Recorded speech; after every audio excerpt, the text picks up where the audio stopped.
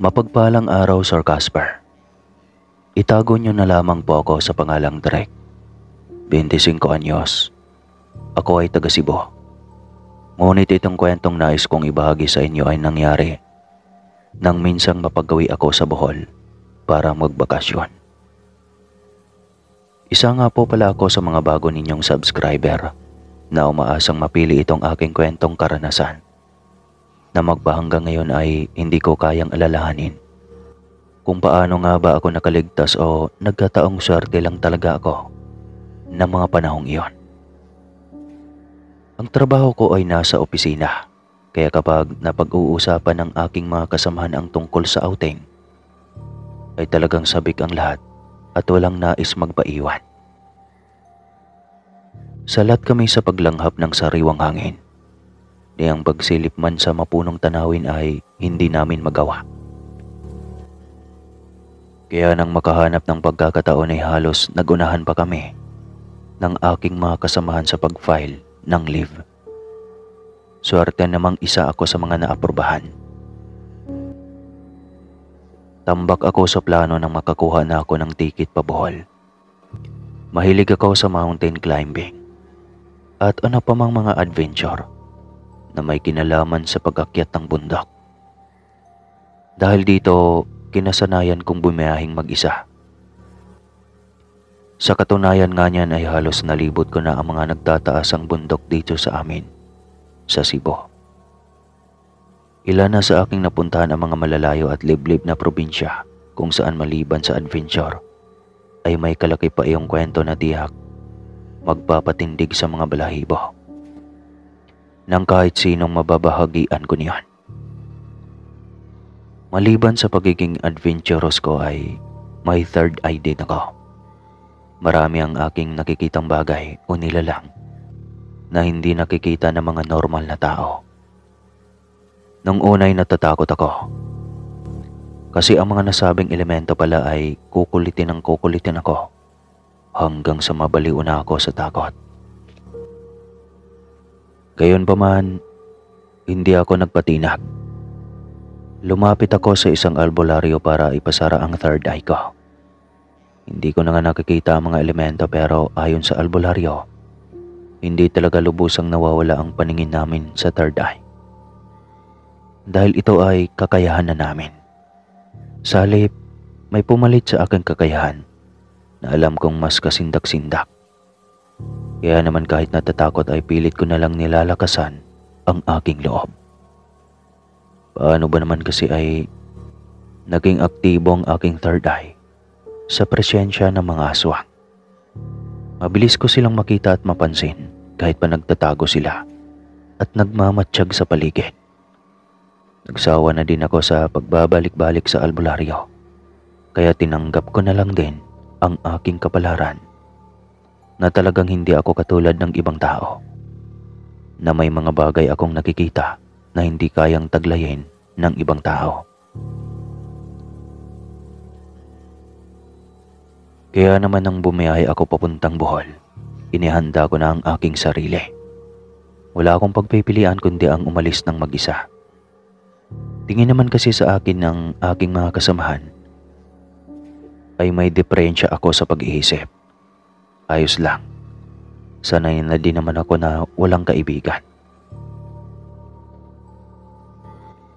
Dito ko sa Bohol napiling magbakasyon dahil may iilang kaanak si mama roon sa father side niya. May mga pinsan ako na pwede kong samahan doon na mamasyal. Magandang view ng Bohol, mapuno at maraming naggagandahang tourist spot. Kaso nga lang ay medyo may kamahalan ng mga bilihin doon. Maaga pa lang ay umalis na ako sa tinutuluyan kong condo unit sa Cebu. Sakay ng supercut ay excited akong inisip ang mga bagay na gagawin ko pagdating doon. Secured na ang tutuluyan ko sa isang resort na may pangalang Soledad del Paraiso. Malaki at malawak na bulubundukin ang makikita rito. Bali ang view na makikita ay forest. Pero kompleto pa din naman sila sa lahat ng libangan at pangangailangan ng mga guest, katulad ng isang magandang hotel. Mababait ang mga tao at believe sa kanilang magagandang serbisyo. Paano ba naman? Kahit maiwan mo pa iyong sapatos, lalagyan ng tubig o kahit na towel sa gilid ng daan, ang mga staff mismo ang maghahatid sa kung saang banda ka ng kanilang resort naka-check-in. May malaking pool para sa mga bata at matatanda. May spa, restaurant, at function halls. Karamihan doon ay puro seafoods. Sa totoo lang, ilang beses ko na itong naririnig mula sa mga kasamahan ko sa trabaho. Walang advertising company ang nagtangkang isa publiko ang tungkol sa nagagandahang cottage o kahit na mga resort dito. Ayon sa may-ari, hayaan na lang daw nila na ang kanilang mga guest ang magsalita sa iba pang hindi nakakapunta sa nasabing lugar. Nang sa gayon ay maranasan naman nila ang saya at ganda ng serbisyo sa resort. Tumuloy nga ako sa nasabing lugar pagkadaong ng aking sinasakyan. Hihingi lang ako ng paumanhin kung hindi ko nasasabihin pa ang eksaktong lugar ng nasabing resort para maiwasan ang isyo at siraan. Ayaw ko ding idamay ang operasyon ng kanilang negosyo. Baka kasi magpahangga ngayon ay nandun pa sila. Kaya pinalitan ko ang pangalan ng mismong lugar. Nakapagpa-reserve naman ako ng kwarto sa resort. Pero hindi ako talaga doon mag-i-stay. May iba pa akong pupuntahan na alam kong mas lalong kukumpleto sa aking bakasyon. Ang pagmamountain climbing sa bukiran ng Santa Ana na nasa ibabaw na bahagi lang din naman ng Ciudad del Paraiso. Minsan na akong nakapunta doon pero hanggang paanan lang ako ng bundok. Never pa talaga akong nakarating sa tuktok. At hopefully, may sasagawa ko ng planong iyon sa bakasyon kong ito. Mabait at magalang ang mga naninirahan sa nasabing lugar. Kaya naman, nakaramdam ako ng tuwa at pagkasabik ng tawagan ko ang isa sa aking mga pinsan na tawagin na lang natin sa pangalang Gino. Anya, willing siyang sumama sa akin para na din daw madala niya ang kanyang kasintahan. Agad kaming lumarga kinabukasan matapos makapagpahinga ng buong araw. Ayon kay Gino, sa Santa Ana na lang daw kami kumain at may mga inihanda raw ang nobya niyang si Elizabeth. Dinaanan lang niya ako sa resort at kaagad na kaming nagtungo ng Santa Ana. Tuwang-tuwa ako pagdating namin. Napakaraming sumalubong sa amin. Masasarap pa ang kanilang mga pagkain at sariwa pa ang hangin. May nagpakilala sa akin doon, si James na isang photographer pero freelancer. Aniya, maraming magagandang lugar kung saan po pwede kaming umakyat. Kabisado na daw niya ang kagubatan at ilang beses na din siyang naging guide ng mga turista doon. Matagal na si James sa Santa Ana. Hindi lang siya umalis kasi may mga kailangan pa daw siyang kuhanan ng litrato. Hindi ko naman ugaling magtanong tungkol sa mga personal niyang bagay. Kaya naman hinayaan ko na. Nga pala, ang nasabing lugar ay medyo pinalitan ko. At hindi ito mismo pinakalungsod na pangalan. Baryo na po ito. Balik na po tayo sa kwento. Wala namang problema sa akin kung sumama si James. Kasi masaya kausap ang lalaki. Masyado pa siyang maalaga sa kanyang mga kasamahan kahit pa puro naman kami lalaki. Pasado 8:00 ng umaga nang umalis kami ng Santa Ana. Naglakad-lag kami dala ang aming mga bag at tents. Bali 2 araw kaming mamamasyal sa kagubatan. Marami kaming nais i-explore. Habang nagliliwaliw, panay ang paalala sa akin ni James na huwag akong lalayo sa kanila ni Gino. Kumukuha siya ng litrato kaya ako naman inabala ang aking sarili sa paghahanap ng magandang spot kung saan ko pwedeng isagawa ang pagmamountain climbing. Hanggang sa hindi ko na malayang napahiwalay ako kina James at Gino na noon ay Papalayo na din pala sa aking kinaroroonan. Nagulat na lang ako nang sa ilang minuto kong paglalakad ay napagtanto kong mag-isa na lang pala ako. Sinubukan ko silang hanapin. Naglalakad-lakad ako sa kahit nasa ang sulok ng kagubatan na pwede kong daanan. Pero wala talaga sila. Napusulyap ako sa orasan. 2:00 na ng hapon. Nagugutom na ako at napapagod. Mabuti na lang talaga at may dala akong bag at narito sa loob ang baon kong biskwit at tubig. May energy drink din at dilatang pagkain. Naghanap ako ng lugar na pwede kong tambayan saglit. Mabuti na lang may natanaw kong malaking puno ng akasya. Lumapit ako doon. Inilapag ko ang aking bag sa lupa at hinalungkat ito. Una kong kinuha ang energy drink at inisang lagok iyon. Pagkatapos ay kumain ako ng tinapay na nakita ko din sa loob ng bag. Buti na lang talaga ay may ganito akong dala.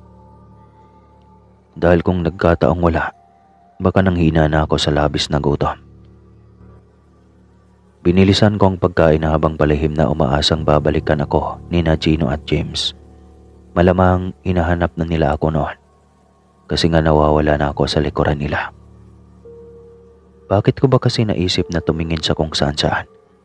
Hindi ko tuloy sila nasundan.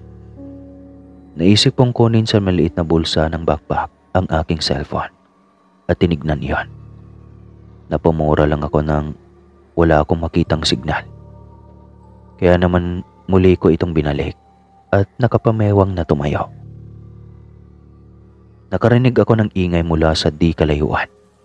Dahilan para ituon ko ang aking atensyon dito. Sa ibabang bahagi ng parte ng lugar kung saan ako nakatayo, may natanaw akong sumisigaw na babae. Naalarma ako at tinangka siyang tulungan ngunit napaatras ako nang makitang maraming humahabol sa kanya. Suot ang pamilyar na mga uniforme na mula sa resort kung saan ako naka-check-in. Napalunok ako at saglit na naghintay. Kitang-kita ko kung paanong umiyak ang babae nang sakmali ng 5 kalalakihan. Ngunit hindi sila katulad ng mga normal na taong nagbabalak lang ng masama. Nakakatakot ang kanilang mga itsura. Duguan ang mukha at may mahahabang kuko. Bigla akong kinalabutan. Ang mga nilalang na nakikita ko ay pamilyar sa aking paningin. Sila ay mga aswang. Kahit hindi naman ako ang hinahabol ay nagtago ako sa isa sa malalaking katawan ng puno. Natakot ako nang mapansin ang isa sa mga humahabol na lumingon at tumingala sa aking kinaroroonan. Nabaghan ako. Gayunpaman, nawala kagad ang atensyon ng nasabing lalaki sa akin dahil napalingon siya ulit sa babaeng hinahabol nila. Ako man ay tinakasan ng kaluluwa ng mapansing hinubaran na nila ang babae at pinagtutusok ng kanilang matutulis na daliri ang katawan nito. Hindi ko alam kung paano gagalaw nang hindi humihinga. Pagkaramdam ko kasi lahat na lang ng gawin ko ay aabot sa kanilang pandinig. Halos hindi ko na nga iginagalaw ang aking mga mata sa takot na baka maging iyon ay mapansin pa nila. Tila ako mahihilo habang pinagmamasdan ang paglantak ng 5 aswang na kalalakihan sa kawawang babae. Sa tingin ko, isa lamang siya sa mga guest ng resort na minalas na makarating sa lugar na iyon. Hinintay kong mawala ang mga nilalang tsaka ako lumabas ng aking pinagtataguan. Aminado ako, liblib na kagubatan na itong aking napuntahan. Ngunit maganda at halatang hindi man lang nalalagyan ni kaunting bahid ng makabagong sibilisasyon. Hindi nagalaw ang mga puno at walang bakas na mga makabagong libangan sa lugar. Ang tanging nakapagbibigay sa akin ng takot ay ang nasaksihan ko kani-kanina lang. Hindi birong krimen iyon na kailangan kong ipaalam sa iba dahil kapag nananatili akong tahimik, baka ako nang isunod nila. Nagpatuloy ako sa paglalakad. Ingat na makasalubong ko ang ilan sa mga nakita ko kanina. Kinabahan na naglakad ako papunta sa tuktok kung saan sigurado akong may makikita akong kahit na anong bagay na pwedeng makatulong sa akin. Baka nga pwede akong maghanap doon ng signal dahil nag-aalala na ako. Lalo't papadilim na. Hindi ko man lang namalayan ng oras. Ang tanging hawak ko habang umahakbang ay isang flashlight at cellphone. Sa kalagitnaan ng aking paglalakad ay napahinto ako. Hindi ko maiwasang mapasikdo ang dibdib nang makitang may bahagyang liwanag sa mas madawag pang kakahuyan. Ano kaya ang posibleng naroon? May tao ba sa unahan? Walang ingay akong naglakad papunta doon. May napansin akong putik na daanan na bakas na mga kadadaan lang na sapatos. Sa tingin ko ay nasa 2 tao ang mga ito. Kaya naman naisip kong habulin sila para may makasama ako sa paglalakad. Umaasa din akong sina Gino at James iyon. May natanaw akong bati sa di kalayuan. Sa kabila ng lakas ng lagaslas ng tubig, may naulinigan akong nag-uusap sa likod ng mga batuhan. Nag-uusap o nagsasalitang mag-isa. Makailang beses akong huminga ng malalim para ikalma ang nagre-rigodon kong dibdib. Hindi ako pwedeng magpadaig na lang sa takot. Hindi pwede. Sumilip ako. Napakunotno ako nang may matanaw na kung sino. Nakayuko ito at tila ba abala sa kung anong ginagawa niyang nasa lupa. Nanginginig ko siyang inilawan ng flashlight at nagimbal ako sa nakita. Isang bagets na lalaki. Nakahubad ang pangitaas at nasa 18 anyos ang naroroon. May mahaba siyang kuko at matutulis na pangil habang abalang kumakain ng lamang loob mula sa nakahandusay na bangkay sa kanyang harapan. Kitang-kita ko pa kung paano niya hinati sa 2 laman loob ng kawawa niyang biktima at lamunin ito. Hindi ako nakagalaw kaagad, kaya naman huminto ang liwanag sa kanyang muka. Nakita ko nang umangil ang binata at ipinakita ang kanyang nagtutulisang pangil. Isang bangkilan. Bibihira lamang silang lumitaw dahil kilala silang nagtatago sa kagubatan. Ngunit isa sila sa itinuturing na pinakamalakas na uri ng aswang sa buong kasaysayan. Bago pa man niya ako atakihin ay kumaripas na ako ng takbo. Hindi ko na alam kung saan banda ako nakarating. Ang alam ko lang nagtatatakbo ako at kung saan-saan sumisiksik. Wala na akong pakialam kahit pa ilang beses akong madapa o masugatan man lang. Ang tanging nasa isip ko ng mga oras na iyon ay makalayo sa kapahamakan. Nagsisigaw ako hanggang sa makarating ako sa bukana ng resort nang hindi ko inaasahan. Gulat na gulat ako sa aking napagtanto, lalo na at pinagkaguluhan ako ng iba pang guests at pinagtinginan ako ng mga staff. Sinubukan akong alalayan ng iba sa kanila ngunit hindi ko alam kung ano ba talagang nangyari sa akin at basta ko na lang pinagduduro ang mga staff. Alam kong nagkalat talaga ako ng husto ng gabing iyon. Ngunit walang kahit sino ang makakapantay sa takot na aking nadarama nang dahil lang sa aking pinagdaanan kanina. Puno ng alikabok at putik ang aking damit. Ang balat ko ay nagkagalos-galos. Magulo ang buhok at marungis. Napansin ko pang pinandilata ng isang manager ang kanyang mga staff na para bang inuutosan na ipakuha ako. Ngunit biglang dumating sina James at Gino sa resort kasama ang iilang pulis.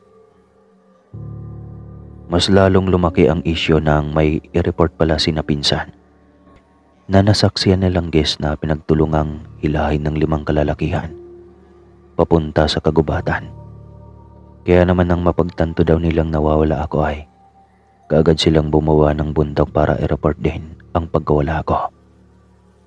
Isinabay na nila ang pag-asang baka may makasama sa kanilang rescuer na makakasagip sa akin. Walang sino man ang nag-aakalang magkikita kaming tatlo sa resort. Kaya naman ipinatawag kaagad ang may-ari para doon na ma-entertain para sa ilang katanungan. Galit na galit sa akin ang ilan sa mga staff ng nasabing lugar. Lalo na at sinira ko daw ang reputasyon ng kanilang resort. Baka raw ito pa ang maging dahilan para katakutan ng ibang tao ang mapunta doon. Ngunit napag-alaman kong hindi lang pala ako o sina James at Gino ang nakapag-report tungkol sa anomalya na nagaganap sa nasabing resort. May mga naunang blotters pa na hindi man lang nila mahanapan ng eksaktong ebidensya.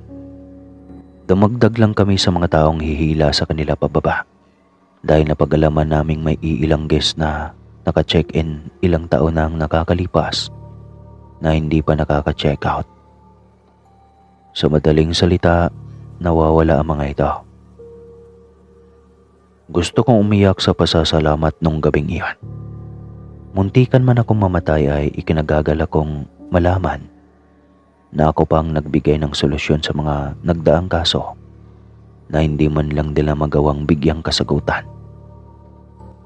Kung totoo mang may mga nagtatagong aswang sa lugar na aking napuntahan at pinagtatakpan lang ito ng ilang staff ng resort, sana naman ipagsabi na nila. Nang sa gayon ay hindi maging miserable ang buhay nila habang umuusad pa hanggang ngayon ang kaso. At hanggang dito na lang po ang kwentong ito. Maraming salamat po sa pakikinig. More power po sa inyong channel at God bless sir. May susunod pa na kwento. Mapagpalang araw, Sir Gaspar. Itago niyo na lamang po ako sa pangalang Chris. 28 anyos.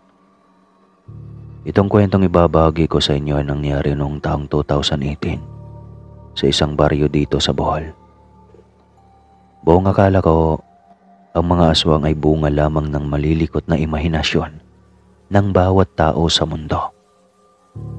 Mga nilalang na sa pantasya lamang makikita at mahahawakan o nakakausap. Mga nilalang na ginagawang panakot ng ating mga magulang para mabawasan ang katigasan ng ating mga ulo. Kaya naman nang may makilala akong isa sa mga kauri ng nasabing nilalang, ay halos mamatay-matay ako sa takot nung una kaming magtadapu ang palad.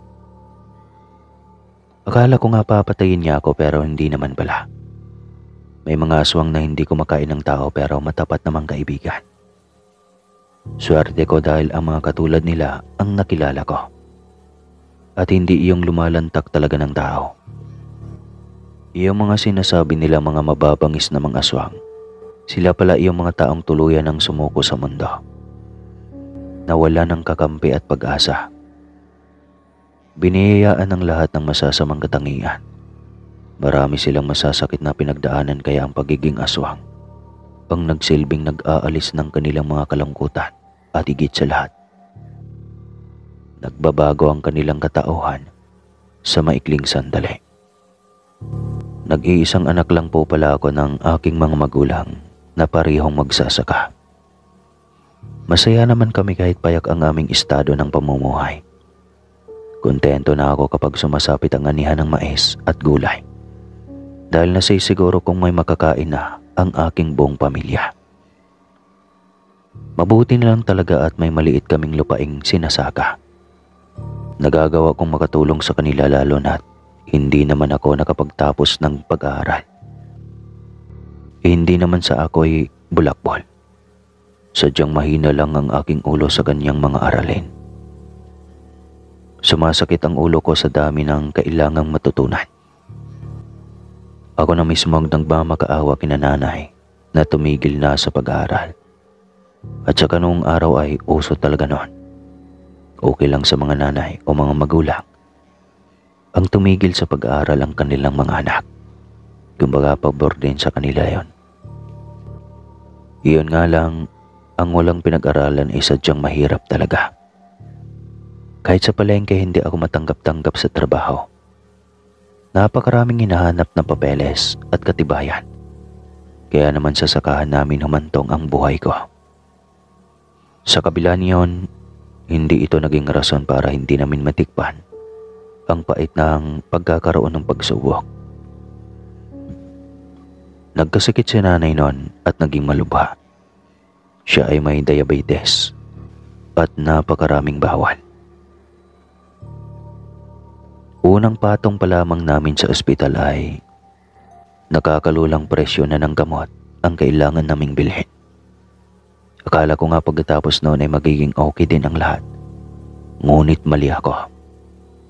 Ilang linggo lang mula nang mailabas namin si nanay ay muli na naman siyang inatake ng kanyang sakit. At sa pagkakataong ito ay kailangan na siyang putulan ng paa. Gayon na lang ang paglulupasay ko sa labis na kalungkutan. Ginawa ko ang lahat para makahingi ng tulong sa aking mga kaibigan, kakilala at mga kaanak. Ngunit sadyang hindi pa din sapat. Isinanla na namin ang aming munting sakahan at ibinenta ang aming mga alagang hayop. Ngunit nabaon pa din kami sa utang. Salamat na lang sa Poong May Kapal. Hindi niya pinabayaan si nanay. Ligtas na naisagawa ang kanyang pagpapagamot at maayos na nakauwi sa aming tahanan. Hindi na siya makalakad pero may nag-donate sa amin ng wheelchair na magagamit niya. Wala kaming pagsidlan ng tuwa dahil mabubuo na kaming muli. Gayunpaman, naging kapalit naman niyon ang aming pangkabuhayan. Nagsimula kaming muli na para bang mga bagong lipat na naghahanap ng matinong kabuhayan at hindi ininda ang hirap na aming kailangang pagdaanan. Kaya naman para matulungan ang aking mga magulang na problema sa utang na kailangan naming bayaran, nagdesisyon akong magtrabaho. Naging oportunidad sa akin ang pagpunta sa syudad para mamasukan bilang isang houseboy sa isang malaking bahay. Mas marami akong alam sa gawaing bahay kahit papano dahil ito naman ang ginagawa ko sa bahay noong maospital si nanay. Lingguhan ang sahod sa akin ng aking amo. Ayos lang naman sa akin iyon dahil alam kong makakatipid ako, lalo na at nililibre niya pa ako sa pagkain mula umaga hanggang gabi. Pati pang snacks ko na labis kong ipinagpapasalamat. Libre din ako sa tulugan dahil may kwarto naman siyang walang umuukupa sa labas ng dirty kitchen na ilang metro lang ang layo sa hardin. Mabait si Ate Deme, matulungin at maawain. Sa pagkakaalam ko, nasa abroad ang kanyang mister at siyang breadwinner nila. May anak na sila at sa tansya ko ay nasa grade 8 na. Ayon kay Ate Deme, naintindihan niya na mahirap ang buhay kaya hanggat maaari, gusto niyang makatulong kahit papano sa amin. Dahil dumaan din daw sila sa ganoon. Naaalala niya ang kanyang sarili sa akin noon. Sabi niya, minsan na din siyang nag-asikaso ng may sakit na magulang. Kaya nga daw doong umalis na ang asawa niya para magtrabaho ay kailangan nilang mag-ipon ng maraming pera sa kadahilan ng nabaon din daw sila sa utang. Mabuti na lang medyo malaki-laki ang sweldo na ibinibigay ng amo ng kanyang asawa. Kaya nakakapagpadala ito sa kanila ng malaking halaga. Naisip din ni Ate Demi na ipunin ang mga labis na ibinayad sa utang at gamitin bilang puhunan. Nagsimula lang daw siya sa mga pasimple-simpleng tinda. Mahirap at nakakapagod dahil iba sa mga kumukuha ay sinasadyang magreklamo. Kahit maayos naman talaga ang kanyang produkto, pero hindi siya nawala ng pag-asa. Kailangan daw niyang maging praktikal para naman kung sakaling maisipan ng kanyang asawa na umuwi na, ay magiging maayos na ang pangkabuhayan nila.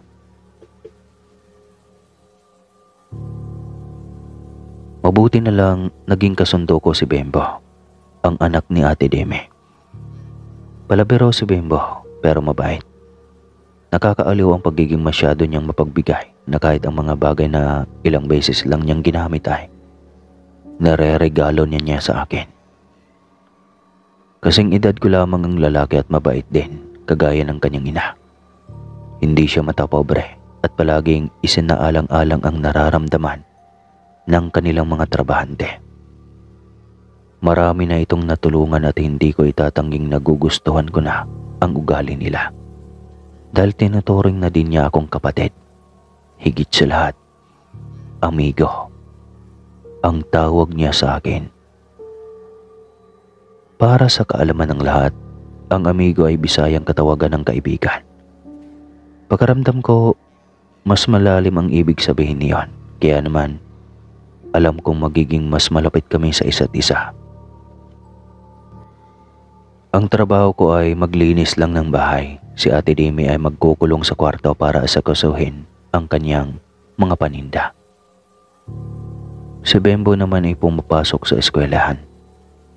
Noong araw na iyon, sa hardin ako naglilinis. Kasalukuyan akong naggugunting ng mahahabang Bermuda grass sa malawak na bakuran ng mapahinto ako. Isa sa mga hinahawanan kong damo ay may matigas na tinatago sa ilalim. Sinubukan kong pukpukin ito at nagulat ako nang mapagtantong gawa ito sa metal. Pinag-aalis ko ang kumalat na damo. Nang mahawakan ko na iyon ay napaatras ako sa labis na gulat.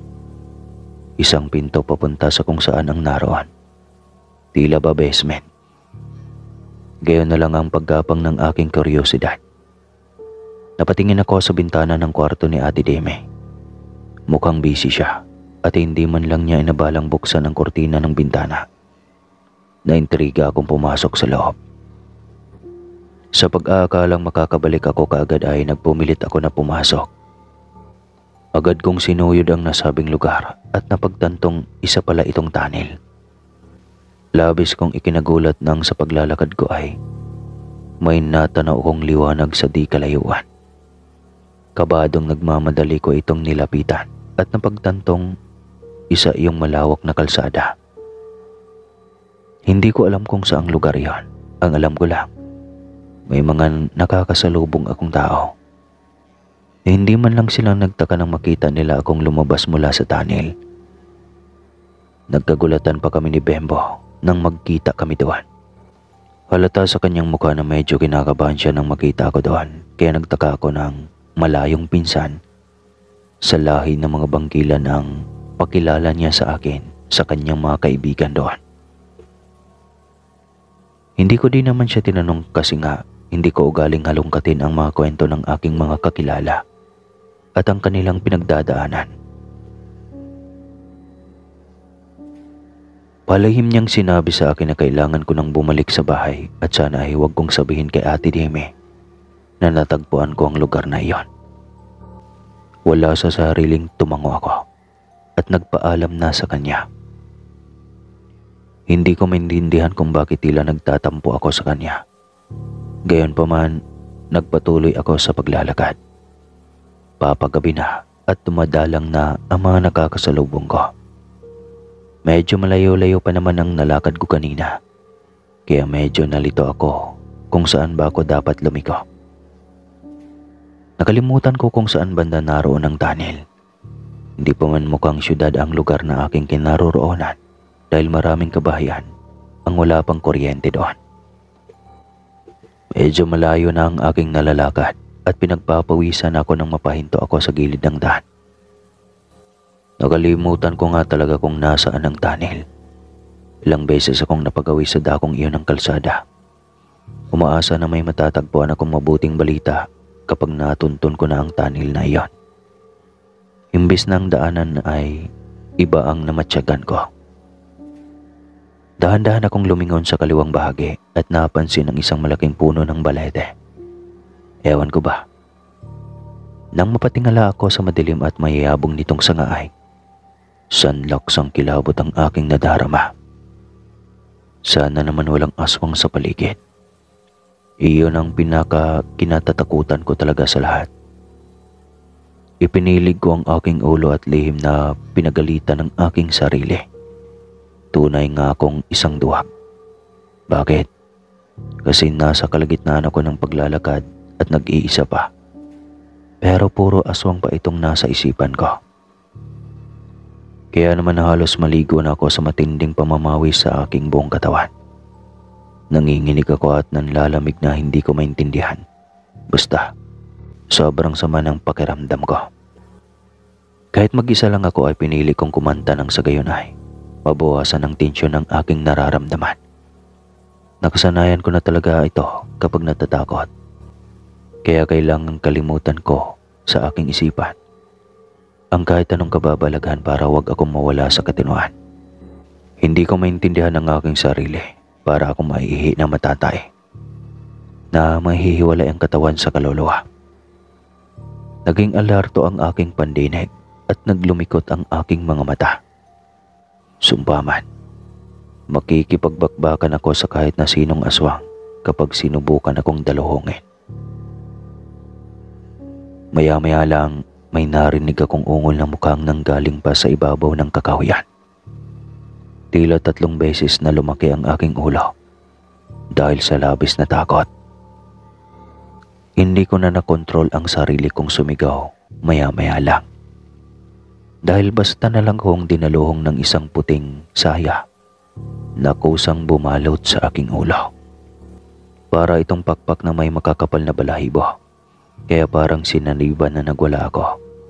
Para matanggal ang nakakahindik na bagay na iyon na animoy nilulunod ako. Hindi ako nagkaroon ng lakas ng loob na sa makahakbang at naistatwa na sa aking kinatatayuan. 2 pares ng mapupulang mga mata ang nakita ko sa aking harapan. Ramdam ko ang pagkatakam nito habang mabibigat ang kanyang paghinga. Naramdaman ko ang sayang lumukob sa akin, kaya napadyos ko ako at nanginginig na kumilos. Dumipad pa ako at nakipaghilahan sa aswang nang ilabas niya ang kanyang napakahabang dila. Baka sa kanyang mapupulang mga mata ang panlilisik na parang nawawala sa sarili. Napalunok ako at naramdaman ang pagkabasa ng pantalon ko. Ito na nga bang kinatatakutan ko. Naihina ako sa sobrang nerbiyos. Nanginginig na nagkakilap ako ng batong pwede kong gamitin pang depensa sa aking sarili. Hindi ako patatalo sa aswang. Hindi. Nakakahindik ang kanyang itsura habang nakatitig sa akin. May pangil siya at mahabang kuko na nakahandang ipanakit sa akin sakaling mang makahanap siya ng pagkakataon. Nakalawit ang dila niya at hinihingal na tila ba ilang saglit na lang ay lulundagan na lang ako bigla. Kaya naman naging maingat ako sa pag-atras nang makitang wala itong anino. Sabi ng aking lola nung nabubuhay pa ito, ang mga aswang raw ay mapanlin lang. Masyadong maraming paraan para makapanakit ng inosente. Imbis ay nasa harapan ay sa likuran ng biktima sila nakaabang para mas mabilis itong mahuli sa kanilang bitag. Hindi na ako nakapiyok nang makipagtagisan ito ng lakas sa akin. Nang hindi man lang ako binibigyan ng pagkakataong makalaban at makaganti. Napaiyak ako sa sakit ng tumama ang kanyang matitigas na kamao sa aking muka. Tapos sa tiyan, sa likod, tapos sa mukha pa ulit. Halos matulig pa ang aking pandinig nang tamaan niya ako sa aking tenga. Nangihinang napasalampak ako sa lupa ng upo at nanginginig na pinagmasdan ang paglapit niya sa akin. Hinihinga lang aswang ngunit hindi yata sa pagod, kundi dahil sa kanyang kasabikan na mapatay ako. Humahalakhak na hinabol niya ako, kaya gayon na lang ang pagtitili ko sa kalgitnaan ng kalsada. Wala na akong pakialam kung ano ang iisipin sa akin ng mga tao. Ang mahalaga ay makalayo ako mula rito. Maya-maya lang nakita kong dahan-dahang lumapit sa akin ang aswang. Umaangil na siya at naglalaway. Tila ba nagbibigay ng babala na katapusan ko na. Isang malakas na sigaw ang aking pinakawalan bago ko maribas ng takbo. basta ko nalang binangga ang aswang sa aking harapan. Ngunit nagawa niya akong masakmal. Ilang beses niya akong binalibag na labis kong ikinalugmok sa lupa.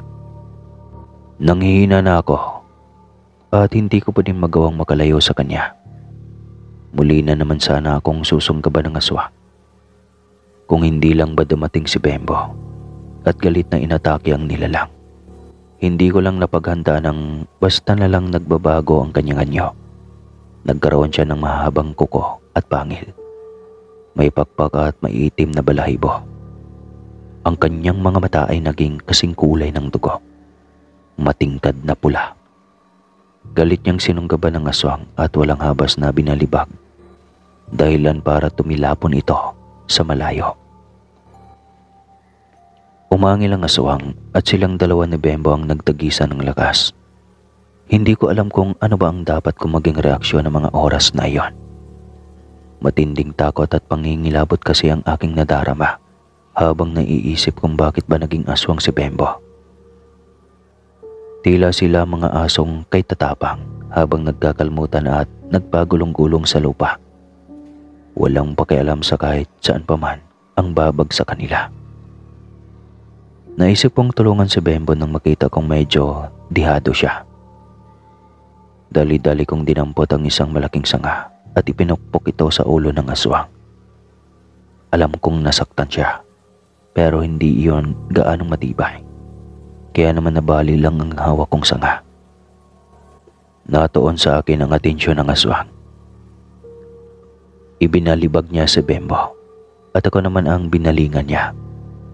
Umatras ako at nagdasal, ngunit bago pa man siya makalapit sa akin ay kaagad na sumakay si Bembo sa liig ng aswang at pinugutan ito ng ulo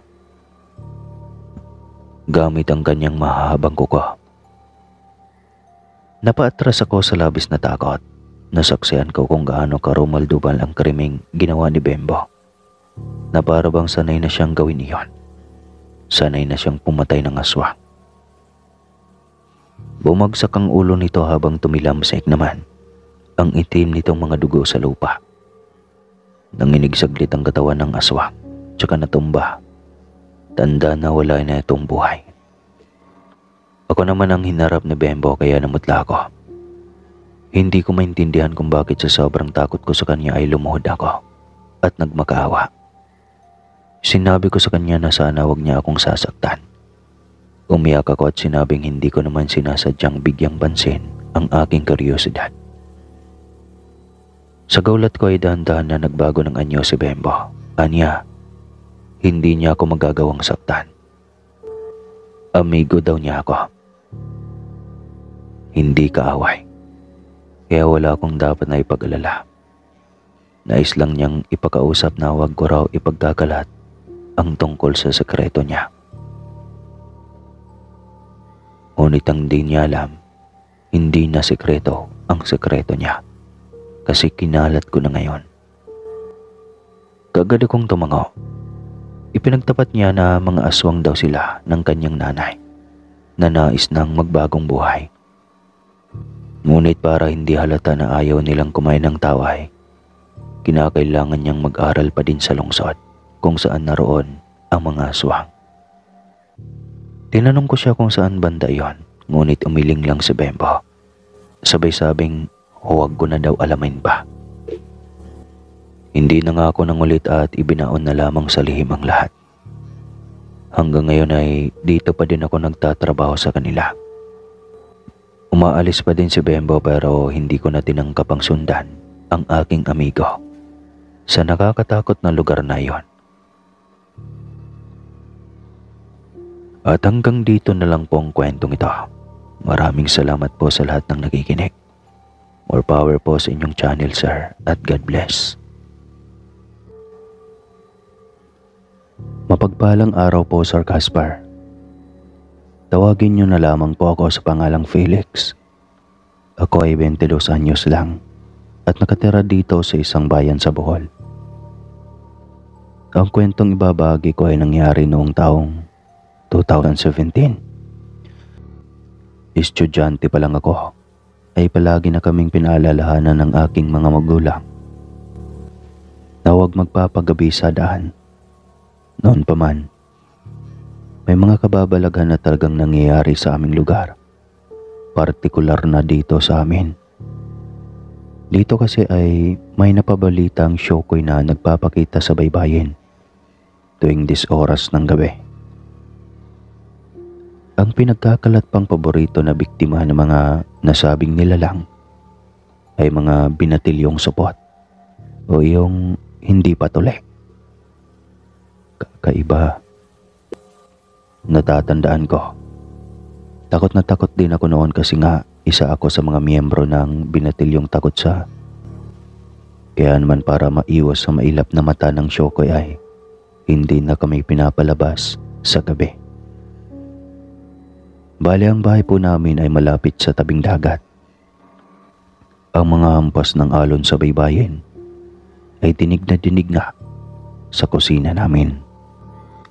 Kaya noong araw ay iwas na iwas man lang kami na maligo sa dagat sa takot na hilahin kami ng mga nilalang na nasa dagat. Iyon ang paniniwala namin noon. Ngunit may mga bagay talaga na kahit ganon pa man kapangit sa ating pandinig, ay siya pang nagiging maganda sa gawa na tanging mga nakakatanda lamang ang nakakapuna. Para lubos niyong maintindihan ang aking kwento, ay isasalaysay ko po ito sa simula. Nang magbinata ako ay madalas akong gabihin sa daan. Hindi ito dahil sa masipag akong mag-aral o ginagabi ako sa paghahanap ng trabaho. May maipantustos lang sa mga bagay na kailangan ko.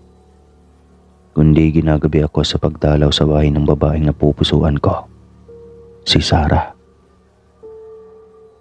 Maganda si Sarah at may kaya sila sa buhay. Siya ang anak ng isa sa pinakamapera sa aming lugar, dito sa Bohol. Sinasabing sila ay may iilang branch ng naglalakihang convenience store sa bayan. Ngunit dahil sa nakasanayan na ni Sarah ang simpleng buhay, ay mas pinili nilang tumira sa tabing dagat, kung saan wala siyang ibang ginagawa kundi ang mag-aral lang at lumanghap ng sariwang hangin. Una kong nasilayan ang ganda niya. Nang bumaba siya sa bangka na nirendahan nila para makatawid sa kabilang isla, alam ko, iba na ang nararamdaman ko sa kanya ng mga panahong iyon. Hindi ko siya tinigilan hanggang sa maging magkakilala nga kami. Nagkalapit at medyo nagkagaanan ng loob. Aminado ako, mabilis akong magkagusto. Lalo na kapag puro magagandang kaugalian ang nakikita kong ipinapamalas niya. Kaya naman hindi ako nagdalawang isip pa na umakyat ng ligaw kay Sarah. Ito ang dahilan kung bakit kahit napapalo pa ako ni Tatang sa kabila ng aking edad ay madalas pa din akong umaalis at ginagabi na sa pag-uwi. Si Nanay ay palaging maingay kapag nahuhuli niya akong kinukuhanan ng magagandang bulaklak ang kanyang mga halaman. Wala naman akong perang pambili ng bulaklak noon, kaya napagdidiskitahan ko na lang ang mga halaman ni Nanay. Wala ding kaalam-alam si Sarah na ang bawat bulaklak na binibigay ko sa kanya ay nakaw ko lang din sa hardin ni Nanay. Ito ang pinaglalagay niya sa mga paso ang mga ito at muling tinatanim na labis kong ikinatuwa. Isang araw, nasa dalampasigan kami ng aking mga kaibigan nang dumating si Kap. Sabi niya sa amin na magkakaroon daw ng curfew sa aming lugar simula ng araw na iyon. Iyon ay sa kadahilan ng may ilang kabataan na naman na natagpo ang patay sa kabilang barangay. Ang pinagbibintangan nila ay ang Shokoy na umaahon na lang daw sa karagatan at nagpupunta sa lupa para maghahanap ng panibagong biktima. Noong una ay hindi ako natatakot sa mga babala nila. Lahat ng naririnig ko ay totoong pinapasok ko sa aking tenga pero pinapalabas ko naman sa kabila. Mas mahalaga para sa akin na makita si Sarah at marinig ang napakagandang boses niya kahit hindi pa man niya ako talaga sinasagot. Kaya naman mas lalong tumindi ang pagnanais ko na mapasagot ang dalaga. Sa kabila ng katotohanan na hindi pa ako tuli at medyo may edad pa sa akin si Sarah. 5 taon ang tanda niya sa akin, pero para sa akin, age doesn't matter naman kapag nagmamahalan ang dalawang nilalang. Tinawanan ko lang ng palihim ang mga naririnig ko mula sa aming butihing kapitan. Alam kong walang pwedeng makinabang sa kanyang sinasabi, kundi kami lang rin. Hindi ko naman alam kung talaga bang sa lugar namin pupunta ang Shokoy para lang lamunin kami at hilahin sa pinakamalapit na baybayin. Masyadong nakakatawa kung ako ang tatanungin. Hindi ko nalang iniisip na pagtawanan si Kap kasi ayaw ko di naman na mapagsabihang walang mudo at hindi tinaroan ang aking mga magulang ng magandang asal. Pinili kong manahimik at palihim na umalis sa kumpulan. Alam kong walang makakapansin sa akin sa dami ng mga taong naroon.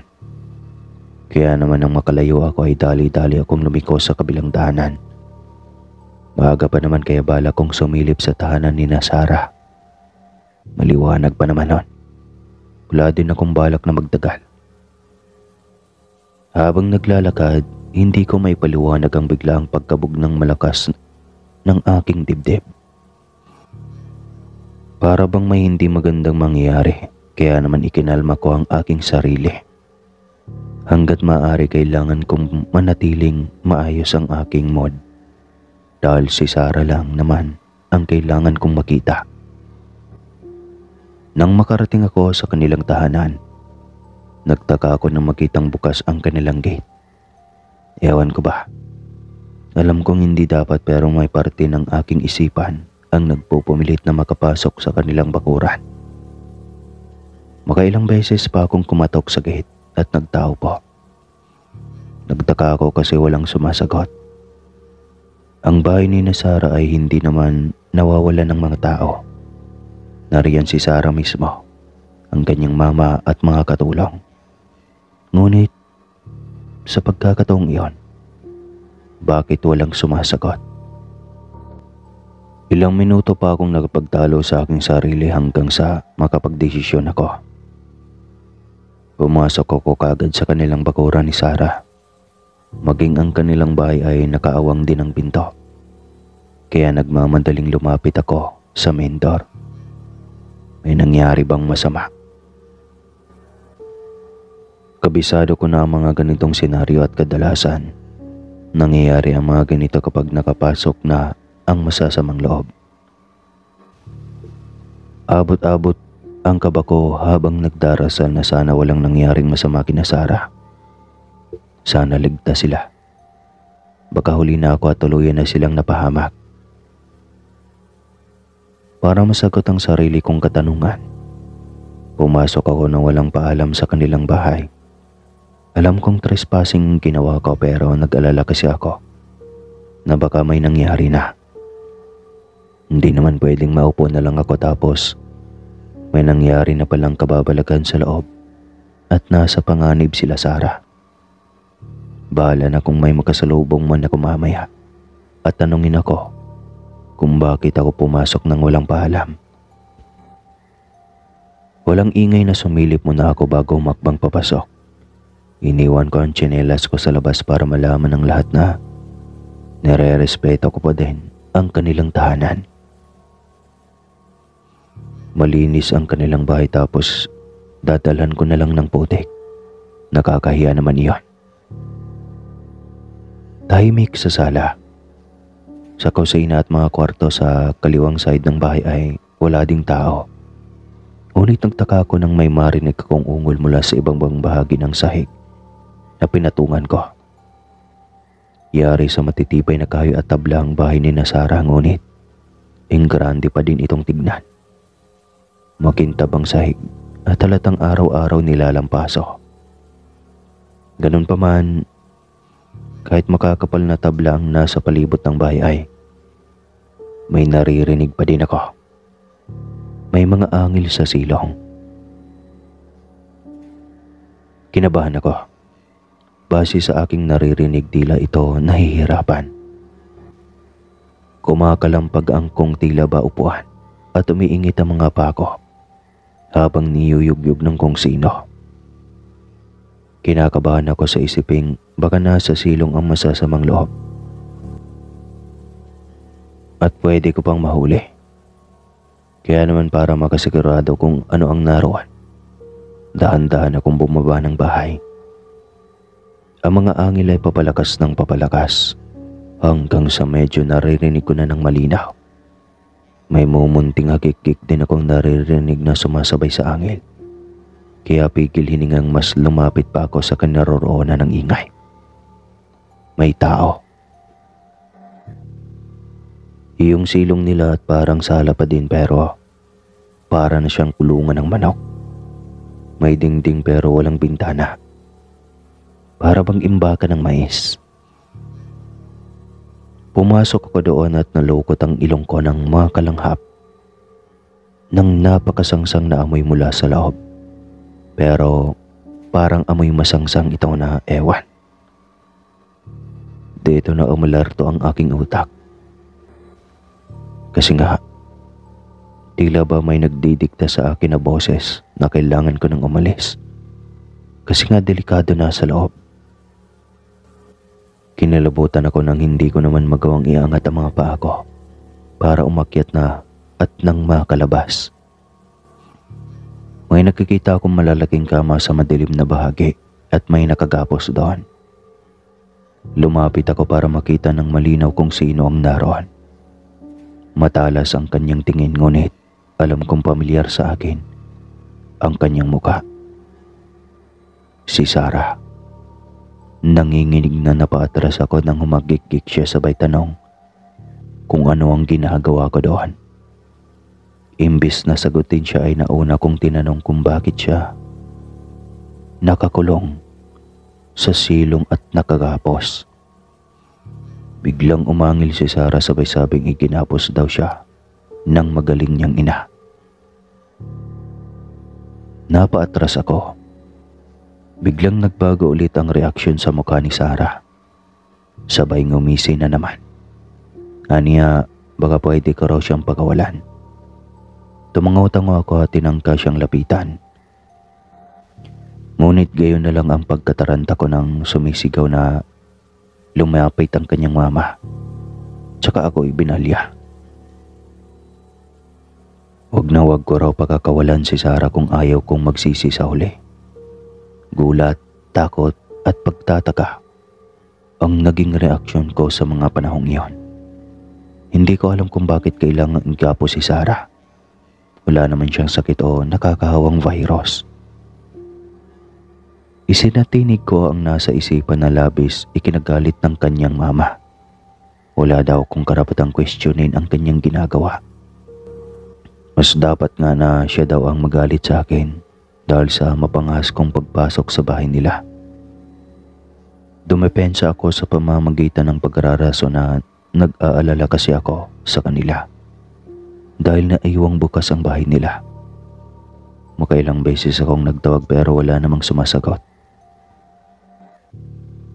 Maras na umiling ang mama ni Sarah sabay sabing kailangan ko na daw umalis. Hindi ako pwedeng magdagal dahil may paparating ng pare sa kanilang bahay. Nagmamakaawa ako at tinanong ang ginang kung ano ba talagang nangyayari at labis kong ikinagulat ang kanyang sinabi. Sinapian daw si Sarah. Hindi ako naniwala. Alam kong imposible na mangyari yon dahil kilala ko si Sarah bilang isang madasaling tao. Wala akong nagawa nang sapilitan niya akong hinila papunta sa labas. Sabay balya pasara ng pinto. Habang nakatayo sa harapan ng kanilang bahay ay naririnig ko ang atungal ni Sarah. Bakit ba kailangan nilang itratong parang hayop ang babaeng minamahal ko? Tuluyan ang gumabi kaya wala akong nagawa kundi ang magmadali na lang na umuwi ng bahay namin. Katulad nga ng sinabi ni Kap, Walang sino man ang nakasalubong ako sa daan. Tahimik na at mukhang nasa loob na ng kani-kanilang mga bahay ang mga batang dati ay halos inuumaga na sa kalsada. Bigla akong nagalala. Seryoso ba talaga si Kap ng Shokoy ang may kagagawa nito? Habang naglalakad ay sinadya kong iikot ang mga mata ko. Kinakabahan ako. Hindi ko alam kung mananatili ba akong ligtas pero iba kasi ang pakiramdam ko. Parang may mangyaring hindi maganda na kailangan kong pag-ingatan.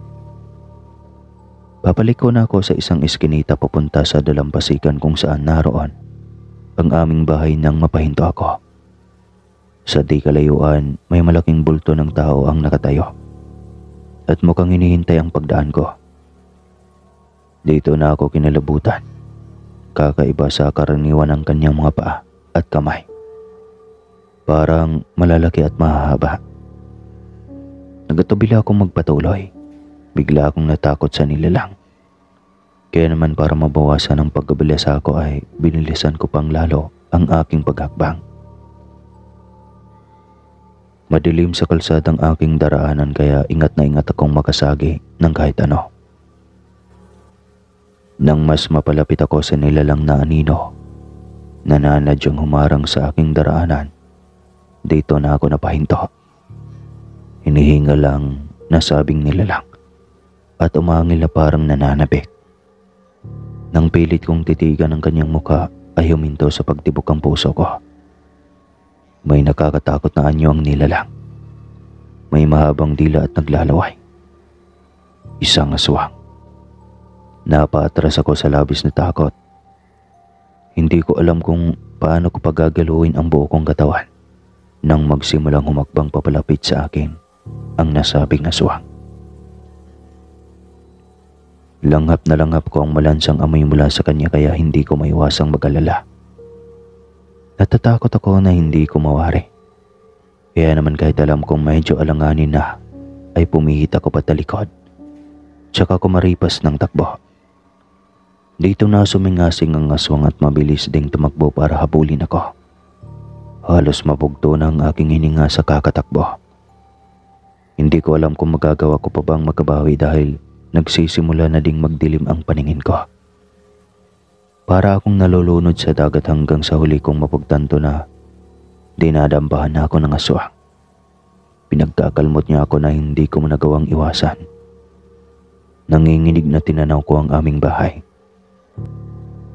Kung magagawa ko lang makatayo at ibaliwala ang mga kalmot ay alam kong kaya kong umiwas at makahingi ng tulong. Ngunit nanlumo ako sa isiping mas malakas sa akin ang aswang. Kayang-kaya niya akong saktan anumang oras. Walang habas niya akong binalibag tsaka kinalmot sa dibdib. Pumalaho ako sa sakit. Gayunpaman, naging tsansa ko iyon para makatakbo at humingi kaagad ng tulong ngunit gayon na lang ang pagtirik ng aking mga mata sa labis na sindak nang mamataan kong may umaahon sa dagat. Ang Shokoy. Pagkaramdam ko, iniwan ako ng aking kaluluwa at nauna nang umangat sa langit. Sana lang malangit, hindi may imperno. Basta na lang akong bumagsak at nawala ng lakas. Wala akong ginawa kundi umiyak ng umiyak na para bang wala na ako sa katinuan. Kapag nagpang-abot ang Shokoy at aswang, paniguradong pagpipera-perasuhin nila ako at hindi nabubuhayin pang muli. Pumikit ako at hinintay ang aking katapusan ngunit nakailang minuto na ako sa pagkatulala ay nagmamadali akong dumilat. Walang nangyari sa akin na hindi ako nasaktan ng Shokoy. Maghang pinagmamasdan ko ang Shokoy at aswang na naglalaban. Ang mas nakaksindak pa, mukhang nais akong ipagtanggol ng alagad ng karagatan. Kitang-kita ko kung paano malakas na ibinalabag ng Shokoy ang aswang, tsaka nagmamadaling hinila sa tubig alat. Umatungal ang aswang at nagpumiglas, ngunit dahil sa taglay na lakas ng Shokoy ay hindi ito makawala. Gayon na lang ang pagsisigaw ng aswang nang ianod siya ng mga alon. Sa tingin ko, hindi pananakit ang ginawa ng Shokoy sa aswang. Dahil nakikita ko ang pag-uusok ng balat ng aswang hanggang sa matanggal ang nakakasindak nitong anyo. Dahan-dahan na bumalik ang aswang sa anyo nitong tao. At ang labis ko pang ikinagulat ay si Sarah pala ito.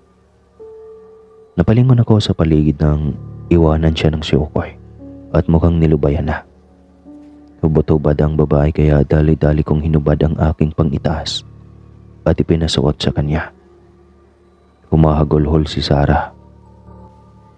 Ipinagtapat niya sa akin na siya ang aswang na nambibiktima ng mga inosenteng ginagabi sa daan.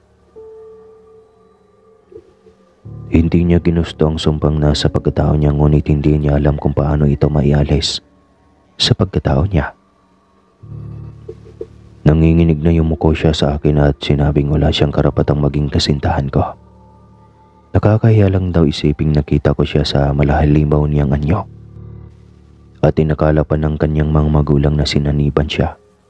Dahilan para pilitin niyang makawala sa pagkakagapos.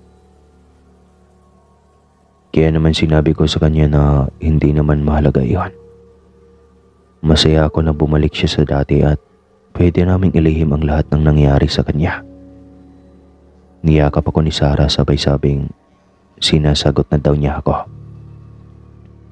Bawing-bawi ang takot ko kanina. Ngunit magkasintahan na kami. Salamat na lang si Shokoy na siyang akala ko ay dahilan ng lahat ng kababalagan. Ginawa niya ang kanyang maitutulong para maibalik sa dati si Sarah.